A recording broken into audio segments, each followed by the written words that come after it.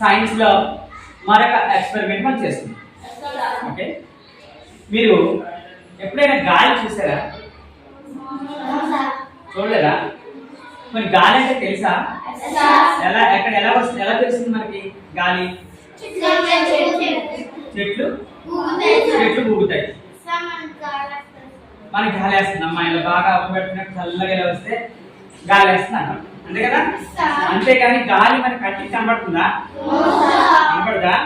అయితే మన చుట్టూ ఏముంది? ఉందా? నేనైతే నమ్మను, ఎక్కడ కనబడట్లేదు. అయితే మన చుట్టూ గాలి ఉందా లేదా అనేది చిన్న ప్రయోగంగా చేస్తాం. ఇది చూసారు కదా, ఇదేంటి? ఒక పాజిటివ్ కవర్ తీసుకున్నాం.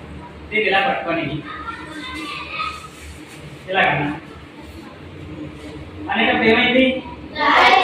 ఇందులో ఏదో ఉంది, అదే ఇందులో ఉండేది ఏదైతే ఉందో దీన్ని బట్టి ఏం చేస్తున్నాం అంటే మనకి ఎప్పుడు కూడా ఖాళీ ప్రదేశం ఎక్కడున్నా అక్కడ గాలి ఉంటుంది, దాంట్లో నిండిపోతుంది. ఇందాకంట ఈ కవర్ ఖాళీ ఉంది కదా, అందులో ఏం లేదు. ఒక్కగా నేను ఇలా తిప్పగానే ఏమైంది? గాలి అంతా ఇందులోకి వెళ్ళిపోయింది. ఇది చూసారా, బెలూన్లా తయారైంది. ఇందులో గాలి ఉందా లేదా? ఇలా కొడితే ఏమవుతుంది? వెళ్ళిపోయి మళ్ళీ ఆ గాలి ఏమవుతుంది? బయటికి వచ్చేస్తుంది. అందువల్ల ఖాళీ స్థలం ఎక్కడున్నా అందులో ఏముంటుంది? గాలి ఉంది. ఇప్పుడు నా జేబులో ఏముంది? గాలి ఉంటుంది. గ్లాస్ లో ఎక్కడైనా గాలి అనేటటువంటిది ఉంటుంది.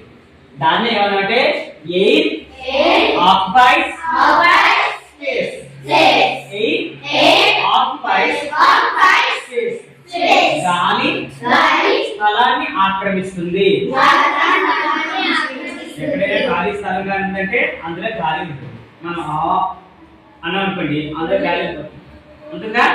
కాబట్టి గాలి మనకు కనబడదు, కానీ ఆ ఫీలింగ్ ద్వారా మనం గాలి ఉందని చెప్పచ్చు. గాలి మనకు కనబడదు. ఇందాక చెప్పారు కదా, ఆకులు ఊగుతున్నాయి, చెట్ల ఆకులు ఊగుతున్నాయి అంటే దేని వల్ల ఊగుతున్నాయి? గాలి వల్ల. అలాగే మనకి చల్లగా ఇలా తగులుతుంది, దేని వల్ల? గాలి occupies, air occupies. Very good. Okay, అర్థమైందా?